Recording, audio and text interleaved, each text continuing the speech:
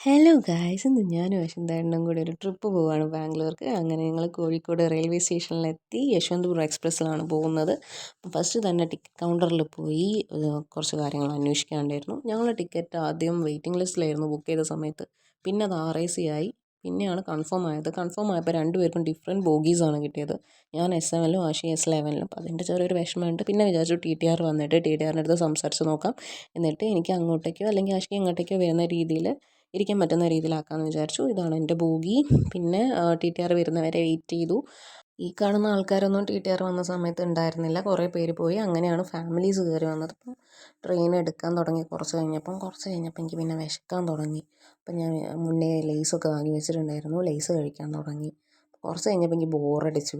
അപ്പം ഞാൻ വിചാരിച്ചു എൻ്റെ അശ്വന്താടിനെ ഒന്ന് വീഡിയോ കോൾ ചെയ്ത് നോക്കാമെന്ന്. ഞങ്ങൾ വീഡിയോ കോളൊക്കെ ചെയ്ത് നോക്കി. പിന്നെ അശ്വന്താടിൻ്റെ ബോഗിയിലും എൻ്റെ ബോഗിയിലും കുറച്ച് കഴിഞ്ഞപ്പോൾ ഫാമിലീസാണ് ഉണ്ടായിരുന്നത്. അപ്പം വിചാരിച്ചു എന്നാൽ പിന്നെ ഇവിടെ തന്നെ ഇരിക്കാം, വെറുതെ ഞാൻ അങ്ങോട്ടും ഇങ്ങോട്ടും മാറണ്ട.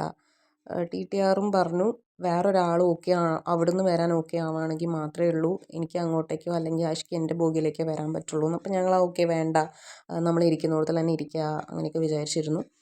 പിന്നെ ഞാൻ കുറച്ച് നേരം പുറത്തേക്ക് നോക്കി കാഴ്ചകളൊക്കെ കണ്ടിരുന്നു. ഇരുട്ടായതുകൊണ്ട് വലുതായിട്ടൊന്നും കണ്ടില്ല. പക്ഷെ എന്നാലും ഒരു സുഖം ഉണ്ടായിരുന്നു ആ വിൻഡോ സീറ്റിൽ ഇങ്ങനെ ഇരുന്ന് കാണാൻ.